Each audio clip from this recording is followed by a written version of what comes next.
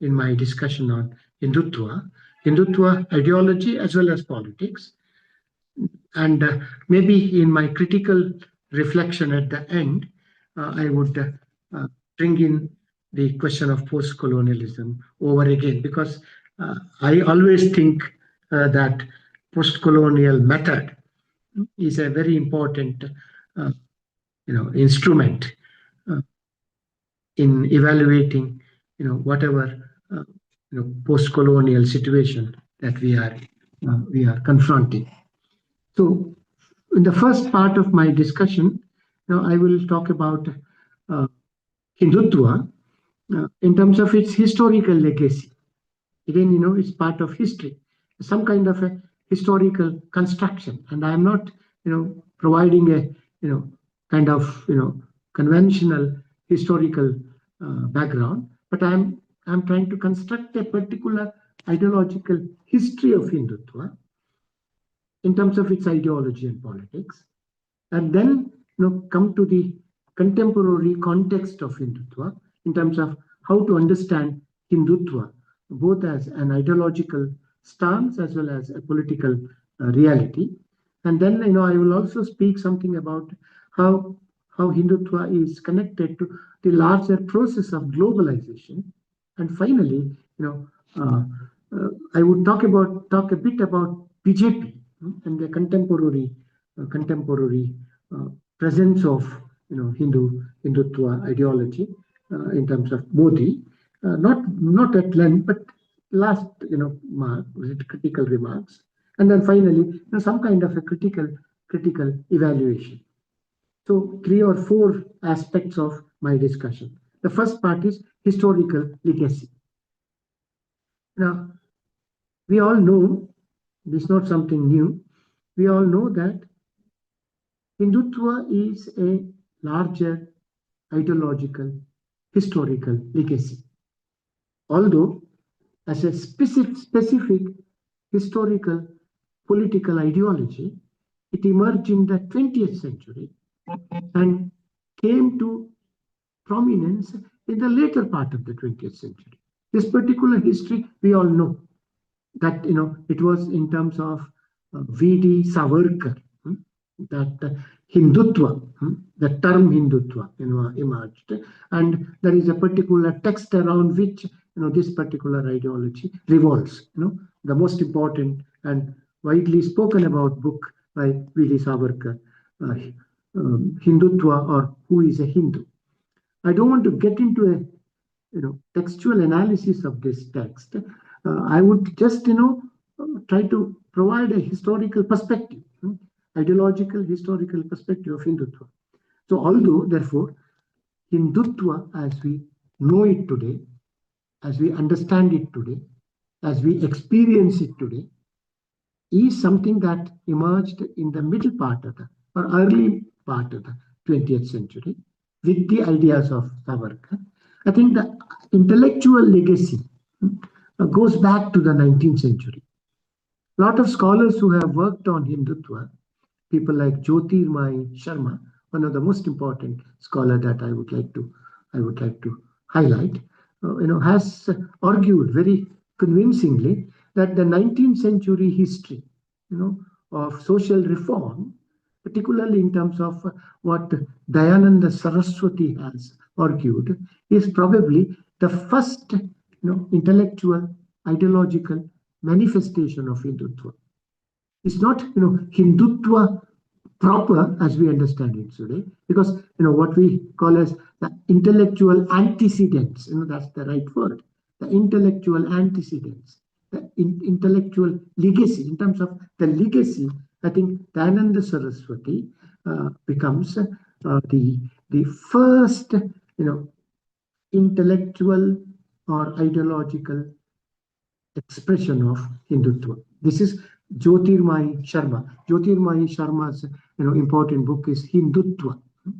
It's a small book, but having 4-5 chapters. The first chapter itself is on Dayananda Saraswati, and he argues how Dayananda Saraswati's ideas actually are the germ, of what subsequently developed as Hindutva in the 20th century. Apart from Dayananda Saraswati, a lot of others, people argue, either directly or indirectly, have have have helped or enabled the evolution of Hindutva, which is why some of them could also be considered as the antecedents of Hindutva. For instance, Bankim Chandra in the later part of the 19th century, some of the ideas of Bankim Chandra, and subsequently Tilak, Lokmanya Bal Gangadhar Tilak, uh, are some of the, there are so many, but there's a particular intellectual legacy that I am trying to identify. It becomes most important exponents, intellectual, not exponents, intellectual, representations, of Hindutva. I'm just, suggesting these names because these are widely accepted names. There's a great deal of discussion, for instance, whether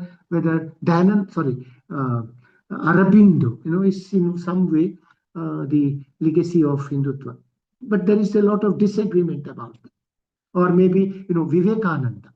Now, Jyotirmayi Sharma would argue that Vivekananda is also, that part of the intellectual legacy of Hindutva.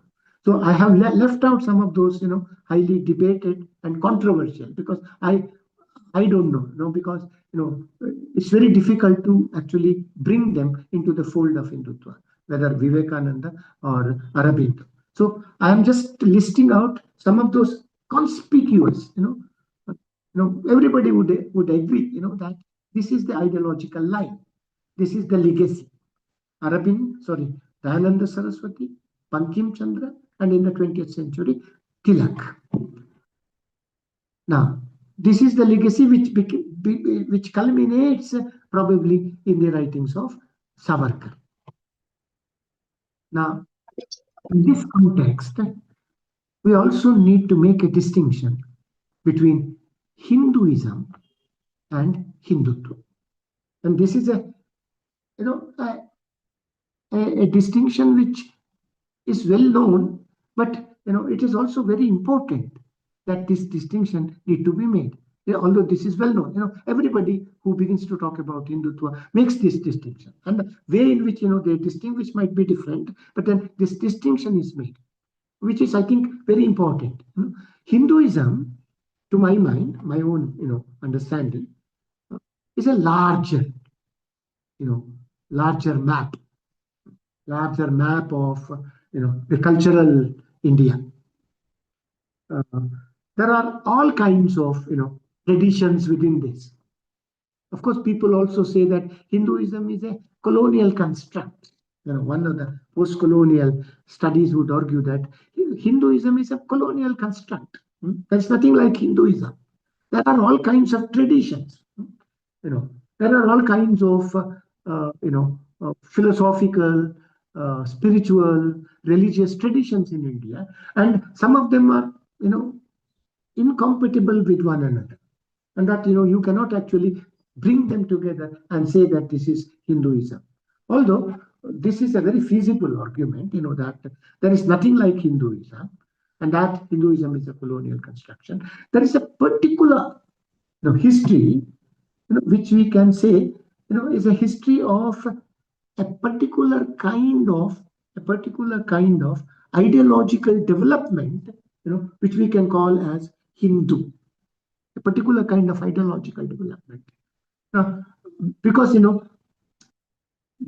terms of Indian philosophy, early Indian philosophy, there are what are called over 9 philosophical traditions. People talk about Purva Mimamsa, Uttara Mimamsa, Sankhya, Nyaya, Vaisheshika, Yoga, Charvaka, Buddha Chintane and Jaina Chintane. Because I'm not very comfortable in calling Jainism and Buddhism, okay? Because these are colonial constructions. So some of these traditions called the traditions of early Indian philosophy, there are what are called 6 traditions as they call, Shat Darshanas, actually begin to highlight the Vedas.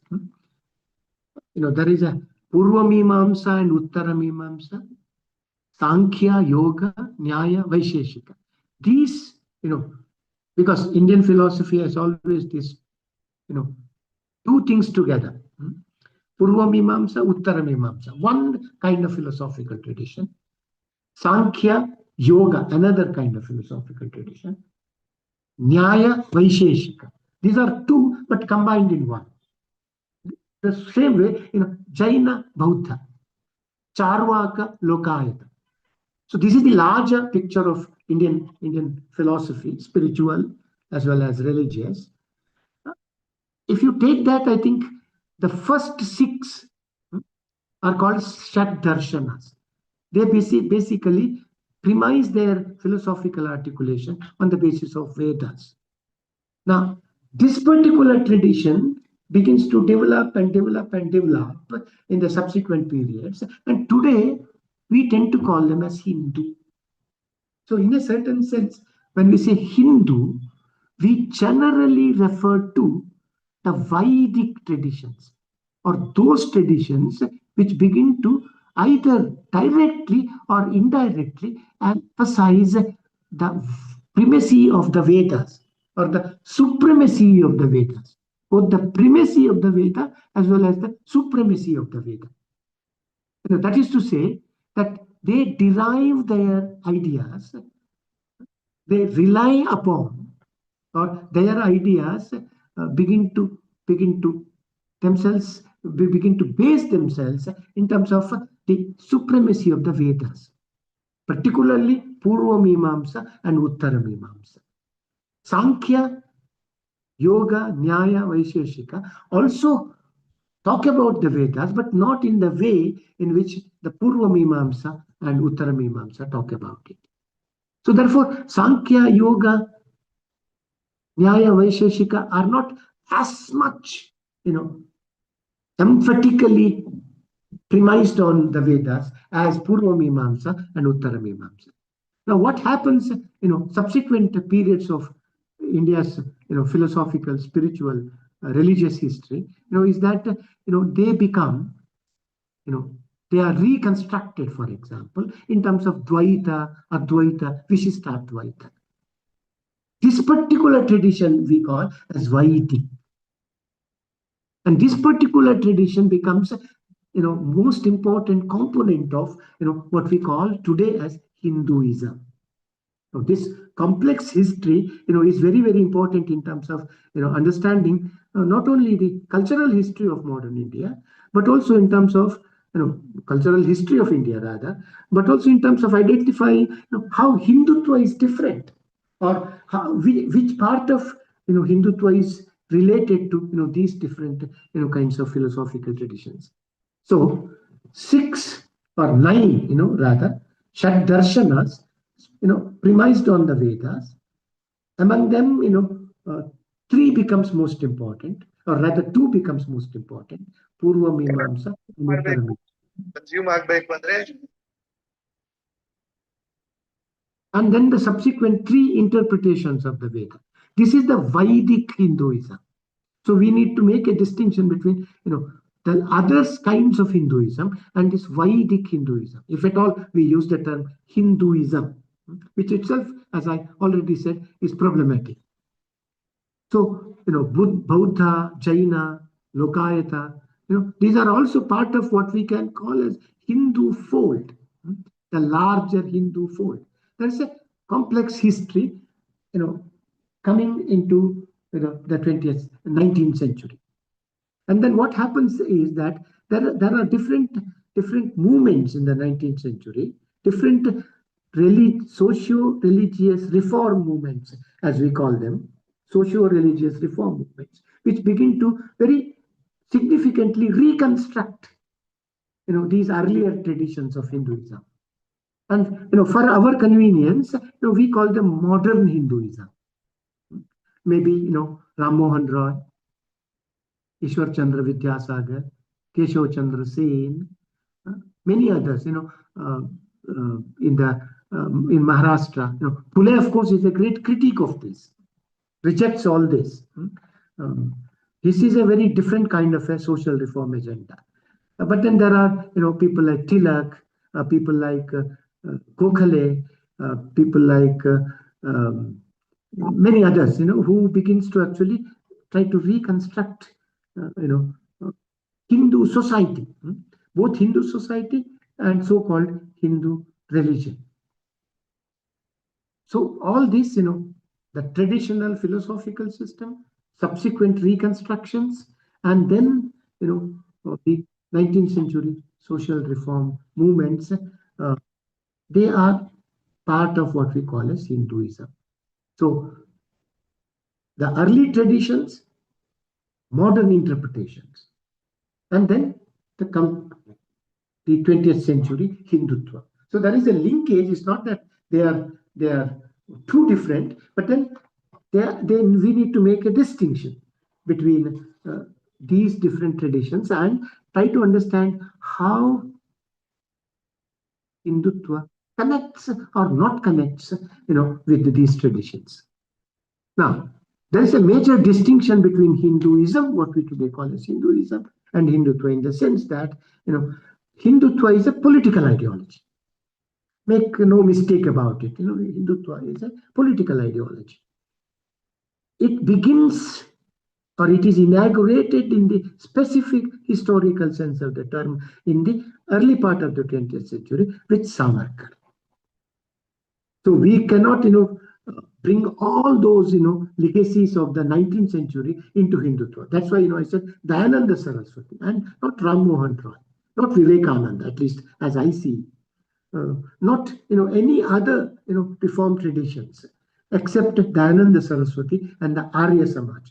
This has walked into, this has been absorbed.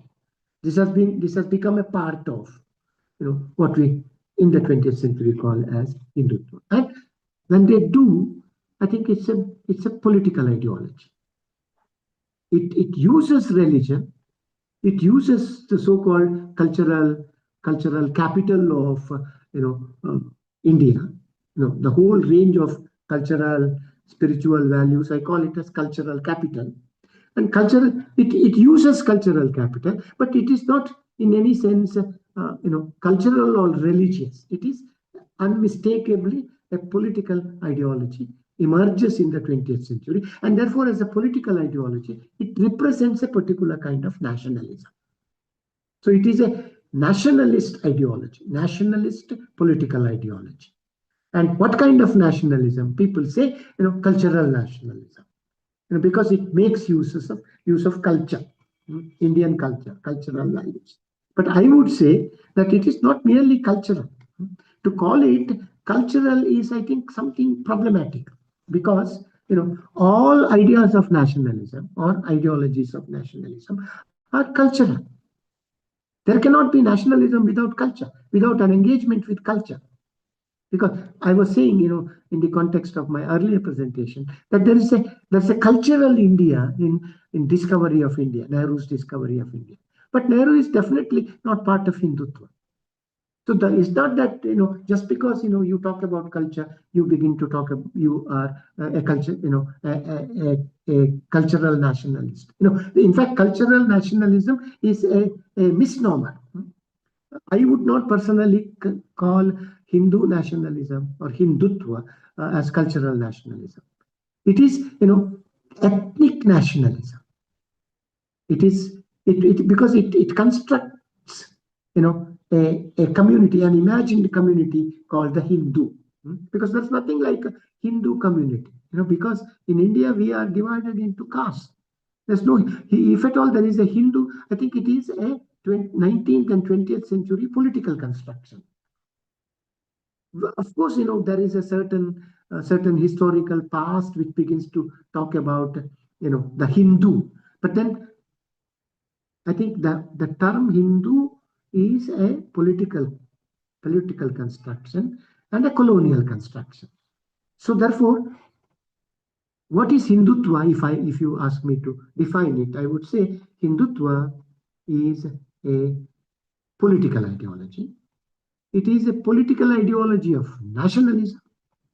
It is a political ideology of ethnic nationalism or Hindu nationalism, which to my mind is a very sectarian nationalism. So, what is religious about it? I don't see any religiosity about Hindutva or Hindu nationalism, because it is not by itself, religious. It has no, religious agenda in the sense in which, religion is not its cup of tea, but it has a religious agenda in the sense that, it it it its politics is based on a certain religious agenda. It is primarily political, and it makes use of religion. So what is its history? Its history is, from Savarkar to Golwalkar to Deen Dayal Upadhyaya, the Deen Dayal Upadhyaya to the contemporary period. Most importantly, Modi, because, Narendra Modi is not an ideologue. He's not, he's not a theoretician. There is again a difference that we need to draw. I mean, this difference is a very crucial difference in any discussion. Ideologue and a theorist. I might be an ideologue, but I may not be a theory. Now, Savarkar is a theorist. Whether Savarkar's political theory is good or bad is a different matter, but he's a theorist. Golwalkar is not so much. He's more an organizational, man. He has expanded Hindutva as a political organization. In the same way, Narendra Modi is an ideologue and not a theorist. He has not, in any sense, theorized any aspect of Hindutva. So there is this particular history. But for example, Deen Dayal Upadhyaya, Integral Humanism, that's his book. Savarkar's book is, Hindutva or Who is a Hindu. Golwalkar is, most important book of Golwalkar is Bunch of Thoughts. They have written other books also, but I am referring, one text each. Deen Dayal Upadhyaya, Integral Humanism. Now, so I would say there is a particular theoretical line, which starts from Savarkar to Golwalkar to some extent, and Deen Dayal Upadhyaya. And there is a certain kind of political line, which again, from Savarkar to Golwalkar to Deen Dayal Upadhyaya to Narendra Modi. Now, this is, what is the central argument of Hindutva? That's another issue that I would like to speak. The central argument of Hindutva, is that India is a cultural land of Hindus. India is a cultural land of Hindus. And India or Hindu is a civilization. Because Hindu is a civilization, it has become a nation. The foundation of Indian nation, which is a Hindu nation, or which has to be a Hindu nation, its basis is civilization. That is to say, it's not religion. Hinduism is not religion in the sense in which we understand religion. It's a civilization. So therefore, those who are not Hindus, like Muslims or Christians or Sikhs or any Jains or Buddhists or anybody, they are part of the civilizational history of India. And that therefore they cherish, they inherit, and they should practice, therefore, the civilizational values of the Hindu. So Hindu is not religion. Of course, there is a Hindu religion which, members of Hinduism follow. But beyond that, Hindu is a civilization. So you need not be a Hindu in that sense. You could be a Christian, you could be a Muslim, You could be a Sikh, but you still part of the Hindu in the civilizational sense of the term, and therefore it is important, that you cherish these civilizational values. These are not religious values, but these are civilizational values. What are those civilizational values? Not very specifically specified by any theoretician of Hindutva. That is the problem. When it comes to civilizational values, what are those civilizational values? They would give some examples, no doubt, but there is no coherent explanation as to what are those civilizational values. For example, people say, it's also part of the common sense, that, Atiti Devo Bhava is a civilizational value. We are very reverential, to the guests. We treat them in a particular way, and we are very, very, very committed to our, treatment in terms of the guests. Or maybe, another idea, is that, Vasudhaiva Kutumbakam. These are the terms that are very commonly used in the Hindutva ideological discourse today. Vasudhaiva Kutumbakam. We think that, the whole of the world is part of our family. Vasudhaiva Kutumbakam. Like this, there are so many quotes, drawn from Vedas, or drawn from Upanishads, or drawn from Mahabharata, or drawn from Bhagavad Gita, whatever the text they are, you highlight it as, the principles, so to speak, or values, of Hindu civilization. And whether you are a Muslim or a Christian or a Sikh, you have to accept it and you have to practice this. This is some kind of a citizenship, explanation in Savarkar. This is actually Savarkar. Whatever I'm saying is emanates from Savarkar. It's defining citizenship. Who is a Hindu? That is the question that Savarkar asks. Hindutva, or who is a Hindu? So he would say that, though all those people belonging to the area beyond Sindhu are Hindus. It's a geographical, territorial explanation. All those people who belong to, the region beyond Sindhu. But what is Sindhu? Sindhu is not one river.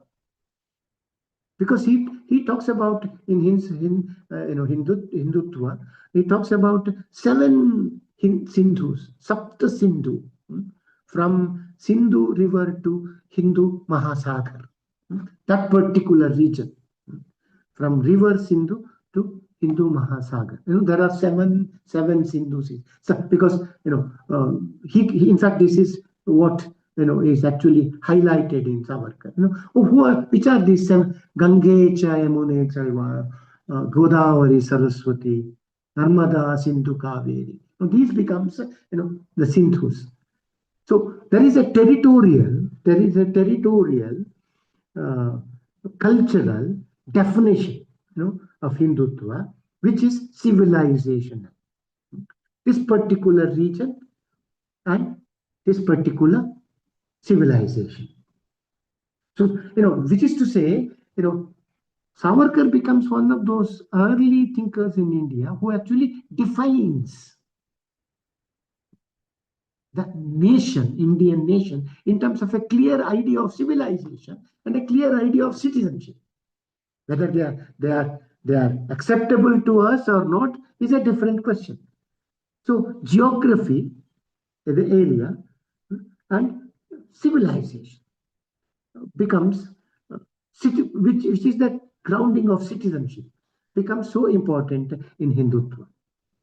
Of course, this becomes this is enumerated subsequently, by people like Guruji. I mean, M.S. Golwalkar. I should not be calling Guruji. M.S. Golwalkar, in his Bunch of Thoughts, where he, very elaborately discusses what is this India, cultural India or civilizational India, Hindu Rashtra, that we talk about. And also talks about the internal challenges and enemies to Hindu Rashtra and external challenges and enemies to Hindu Rashtra. So there is a body of political discourse. I wouldn't call political theory, but I would say there's a body of political discourse in Hindutva, which begins to construct a history and a story of Hindu civilization, in terms of its geography and in terms of a specific idea of citizenship. Of course, Deen Dayal Upadhyaya, Integral Humanism, that's the text of Deen Dayal Upadhyaya, who begins to actually talk about a very softened version of, a more sophisticated version of, this point, because in Golwalkar, this Hindutva becomes a very, very powerful, very forceful, very, very aggressive, kind of an ideology. Even in Savarkar, it is powerful, but Deen Dayal Upadhyaya softens it. Deen Dayal Upadhyaya sophisticates it. Integral humanism, where he says that the idea of civilization, which is in Hindu texts, is actually a very integrated idea of human. Vasudhaiva Kutumbakam, which is actually Deen Dayal Upadhyaya highlights this particular phrase. So we always consider Hindu civilization and members of Hindu civilization always consider Vasudhaiva Kutumbakam as the world as the family. So that is the central value of Hindutva. That is, he says, integral humanism. So this is something about its ideology. Now, any discussion on Hindutva will not complete, will not be adequate if we do not talk about Sangh Parivar. Hindutva as a political ideology, which I said Hindu nationalism, ethnic nationalism, is not cultural nationalism, it is ethnic nationalism. This discussion on Hindutva or Hindu ethnic nationalism will not be complete if we do not talk about Sangh Parivar. Because it is in terms of the organizational network, and it is in terms of the different kinds of strategies that Sangh Parivar has adopted from time to time, that it has become such a prominent ideological, political phenomenon today. So if you simply talk about Savarkar, Golwalkar, Deen Dayal Upadhyaya, and their ideas, it doesn't take us anywhere. I mean, that's very important. Any discussion on Hindutva should have a discussion on the ideologues, so to speak, or theoreticians, if you want to call them that way. How they actually imagine, a civilizational idea of Hindu nationalism. That's a very important component. But equally important is, the organizations. If we don't talk about the organizations, I think you will not understand why and how Hindutva is so prominent today. Savarkar was not very prominent during his time, nor was Golwalkar that prominent, nor was Deen Dayal Upadhyaya. We all know that RSS, which is the mother organization, of all these, Sangh Parivar organizations. Now, Sangh Parivar is a network of organizations, in which, RSS becomes the most important mother of, all these organizations. Is something that is, we all know that, I'm just recalling that history, by Keshav Balram Hedgewar. With few people, with 5 people, so to speak, in Nagpur, 1925. There are so many, histories available now on the RSS, the origin of RSS, the development of RSS, from all kinds of, ideological angles. So Sangh Parivar has itself, produced a large number of literature about this. So from 1925, with 5 people, now 2025, 100 years, right? Exactly 100 years. How that, Sangh Parivar has become, Hindutva has become, a prominent and a dominant, ideology with a very, powerful political party at the helm of it, the BJP. So there is a particular organizational network and a history of organizational network from RSS to BJP. In between, there are so many. I need not,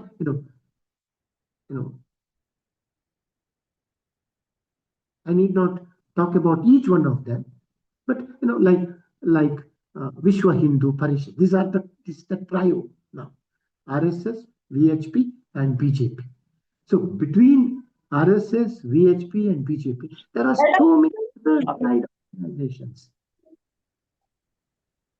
For example, Akhila Bharat Vidyarthi Parishad, ABVP, or Hindu Yuva Sena, or Bajrang Dal, or so many other organizations, like Bharatiya Kisan Sabha. Some of them are long-term, established from a long-term perspective, and some of them are established for a short-term perspective. There are so many. It's a huge cluster of organizational network. Now, it is these organizational networks, whether short-term, long-term, whether small or big. Let us say RSS is the mother, the biggest. BJP is its political, face. VHP is primarily, to propagate Hinduism in Northeast and other parts of the world. Bharatiya Kisan Sabha is for the farmers. Akhila Bharata Vidyarthi Parishad is for the students. Bajrang Dal is for the young. Like this, there are so many. Now, any discussion on Hindutva will not be complete without an understanding of what these organizational units are and how they are related to one another. Now, how they are related to one another is a very difficult thing to analyze. It is possible and it is necessary, but then it is obvious that these organizations are related to one another and are established with a very certain kind of, with a very clear kind of agenda. What is the agenda of VHP? Very clear. What is the agenda of BJP? Very clear. What is the agenda of Akhila Bharata Vidyarthi Parishad? Very clear. What is the agenda of RSS? And how RSS is related to other organizations? Very clear. Because everybody would say that RSS is the foundation, the fundamental.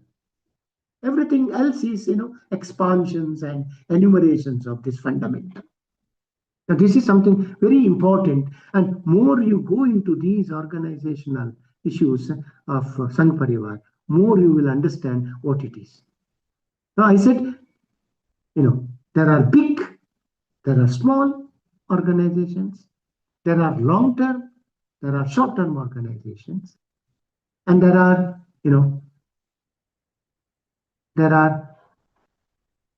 organizations which also have a certain history. That's also very important. When we talk about BJP, we need to understand, that BJP is a reincarnation. That's the word that I wish to use. It's a reincarnation of Jana Sangh, which was a political party established in the early part of the 50s. Or, there was Hindu Mahasabha.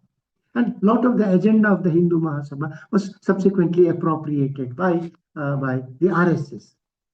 And we need to understand, that Savarkar belongs to Hindu Mahasabha and not the RSS. But, very soon, I think Hindu Mahasabha, vanished, and RSS continues to influence not only Indian politics but also Indian culture, or more importantly, Indian society and culture, and also has its hold, in terms of its political platform, Bharatiya Jan Sangh early and later Bharatiya Janata Party. This is something, that needs to be understood with a great deal of empirical details as well as theoretical nuance. Now, what is it? What is it that we need to talk about, in this particular context of Sangh Parivar? That is that that how is it that this is the fundamental question? How is it that from such a insignificance of just 5 people in a place called Nagpur, it has become such a prominent phenomenon today? Of course, there is a prehistory, not only theoretical prehistory, but also political prehistory, of how, there were different kinds of organizations before RSS, different kinds of efforts before RSS, which makes, this particular agenda, the RSS agenda, very strong. Because RSS was established precisely in the context of, a series of events and political activities, which makes the RSS agenda so significant. So no organization, comes up just like that. Whether it is Congress or whether it is BJP, whether it is RSS, whether it is Communist Party of India, Marxist, whether it is the Socialist Party, Talagam, any organization, I think political organization, has a very complex history. So there is this history about RSS and its contemporary prominence. Now, to my mind, I mean, this is the point. Can I continue? So this particular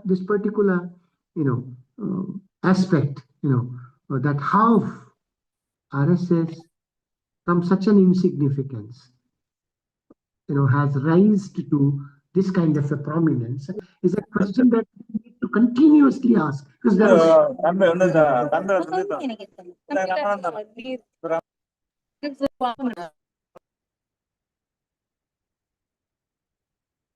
is some disturbance. So I come back to this question: what is this particular history which makes RSS in the Hindutva agenda so prominent? Is a question that cannot be simply answered. It requires a lot of empirical investigation and a lot of empirical investigation with a great deal of theoretical nuance. Now, I can say one thing, which is that RSS and Sangh Parivar, I use the word Sangh Parivar, the prominence of Sangh Parivar is not so much its politics, the power politics that we talk about today. I think it's civil society politics. Today, we tend to make a distinction, between, what we call as power politics. Politics which is primarily in terms of acquiring power, whether at the state level or at the central level. And there is another kind of politics which is called civil society politics. Now, what needs to be emphasized, in terms of the prominence of is its civil society politics. And it's a civil society politics that has given it, a certain advantage, a certain leverage over, power politics. BJP is now, a very well-oiled election machine. Lot of scholars on BJP would suggest that BJP is not a political party, but actually a very well-oiled election machine. Its agenda is one election after another. Prepare for another election. And then once that is done, prepare for yet another election, whether it is in Maharashtra or in Orissa or in Karnataka or anywhere. It is all the time engaged with the question of elections, success in elections, acquiring power. That is power politics, naked. Now, how can Sangh Parivar perform this power politics so successfully should be answered in terms of its civil society politics, which is successfully carried out from 1925 onwards to the present time in terms of large number of these organizations.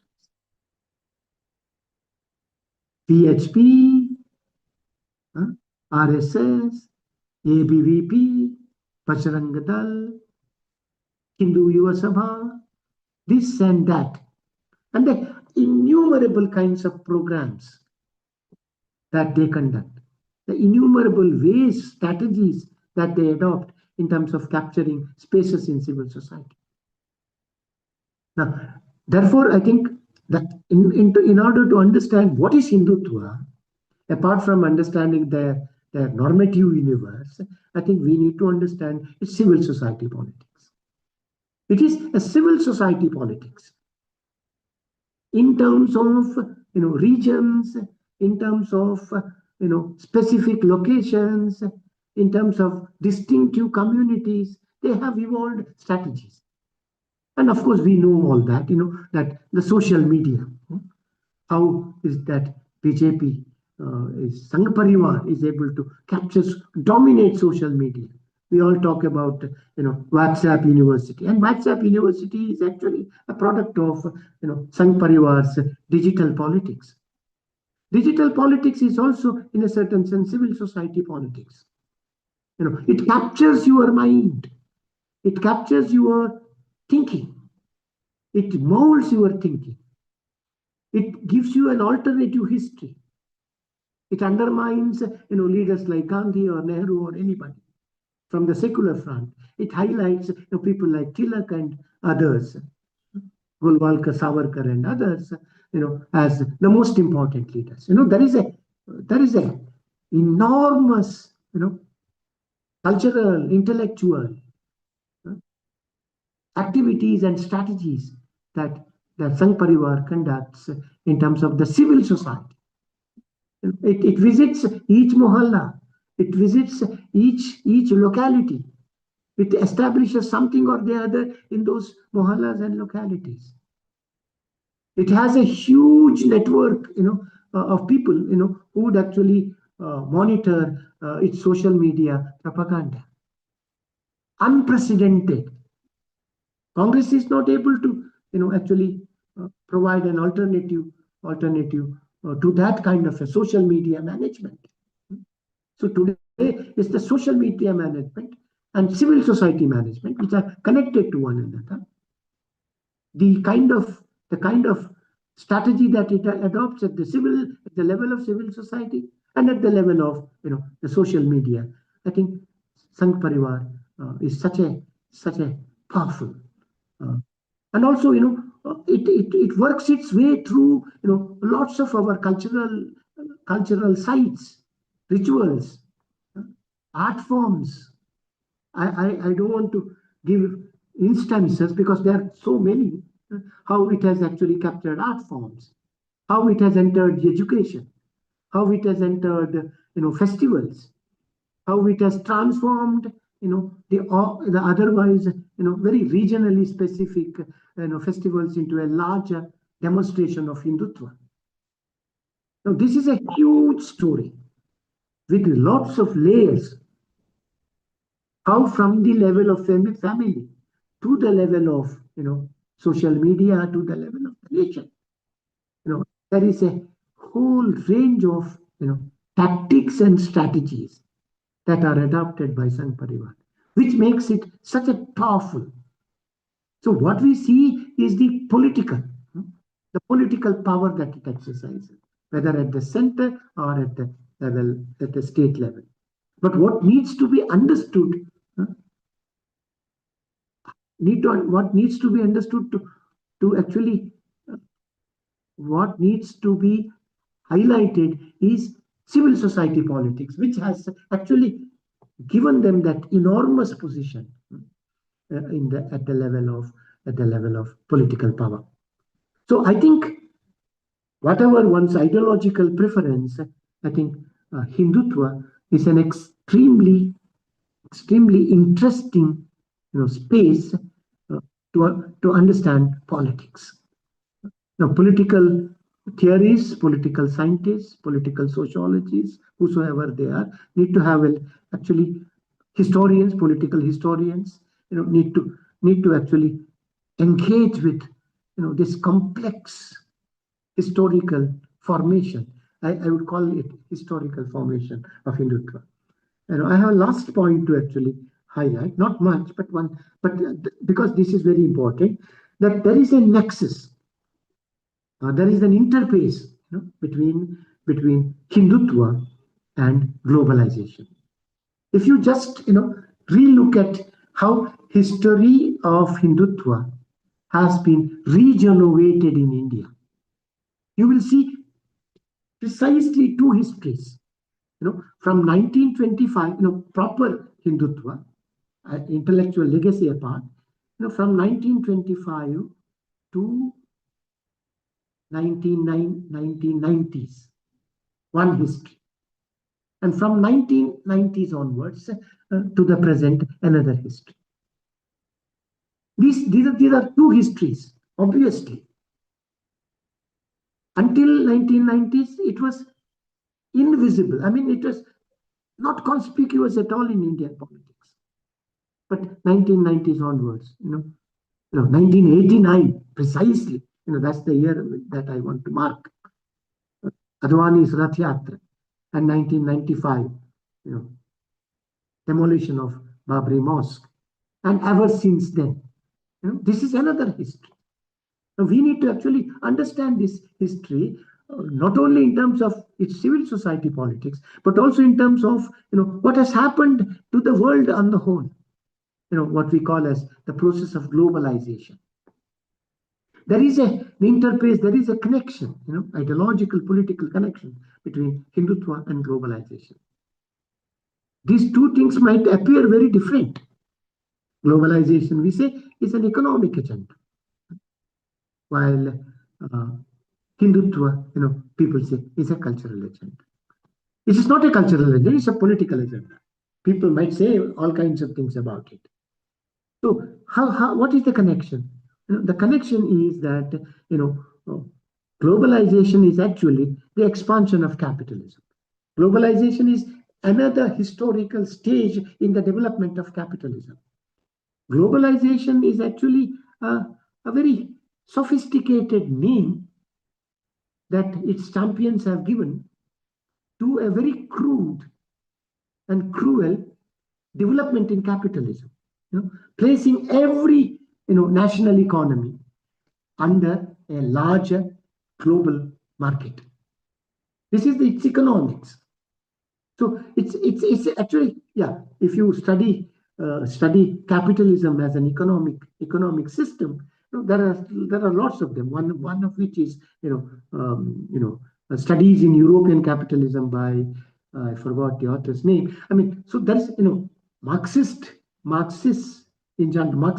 theoreticians have actually conducted this rigorous research on the development of capitalism, and all of them, and not only Marxists, there are also others, post-colonial theories, post-modernists, post-structuralists. Everybody has recognized globalization or advance of capitalism, and they have described different stages of this development of capitalism. And globalization is what they call post-capital, post-modern, financial, all those words, neo-capitalism, financial capitalism, even post-capitalism is the description. Whatever the description, it's a historical development in capitalism, and this is connected to Hindutva.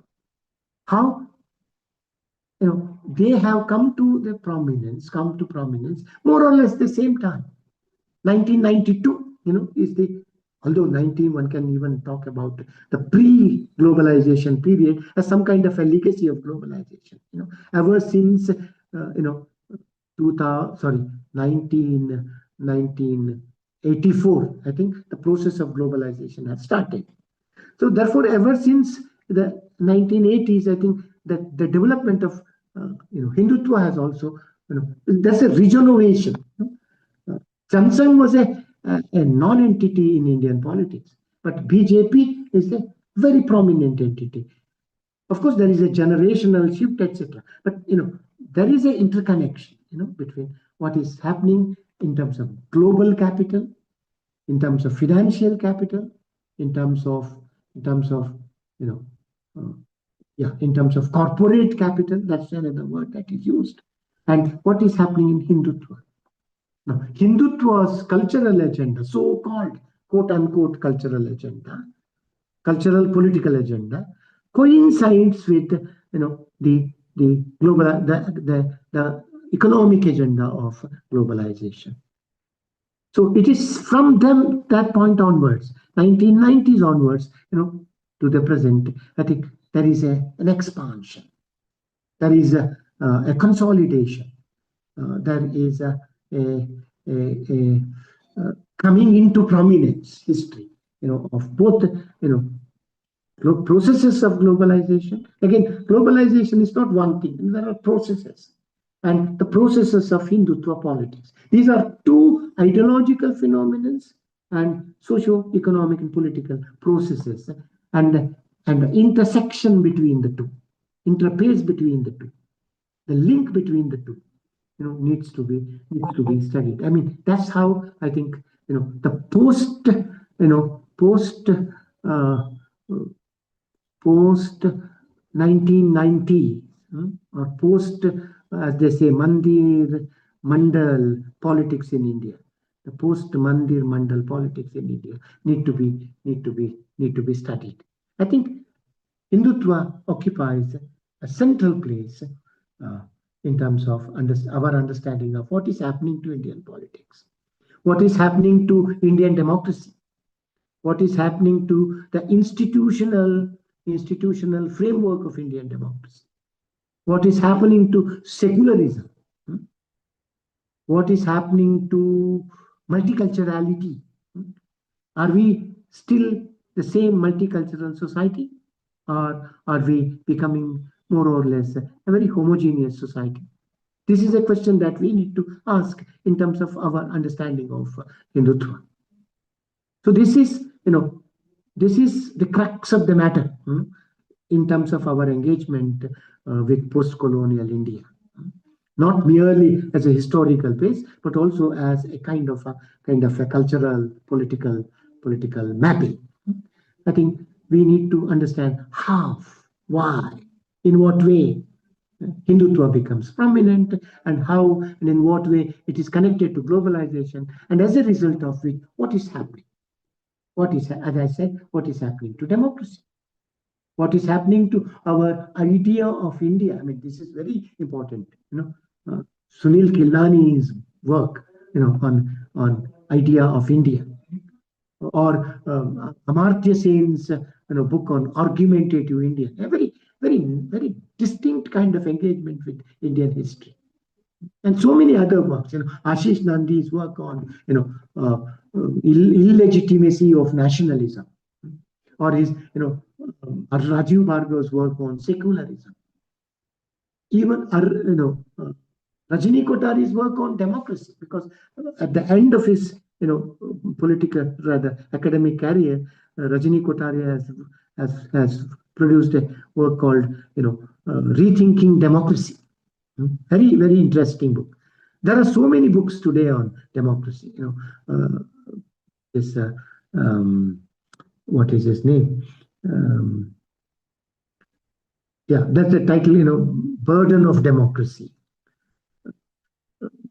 Democracy in India. Yogendra Yadav's book, Indian Democracy. So there are so many, which begins to actually understand what is happening to the normative universe of Indian politics. This is primarily the idea of India. What is happening to the idea of India?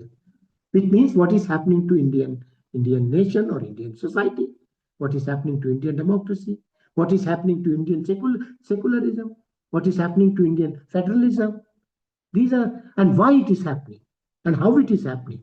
Because these are the things, institutional and ideological issues, that begins to be very seriously addressed because these are collapsing. Institutionally, India is collapsing. Indian democracy is collapsing. Normatively, secularism is undermined. Federalism is undermined. So I think understanding Hindutva in contemporary India, ideology and politics of Hindutva in contemporary India, I think is a study of what is happening to us. How that the idea of India gets completely transformed, from a pluralistic, democratic idea into a very authoritarian, ethnic idea. This, I think, is the shift that I would like to very, very cryptically tell you, that there is a shift from a pluralistic India to a very homogenized ethnic India. So the study of India, Hindutva, our engagement with Hindutva should actually enable us to make sense of what is happening.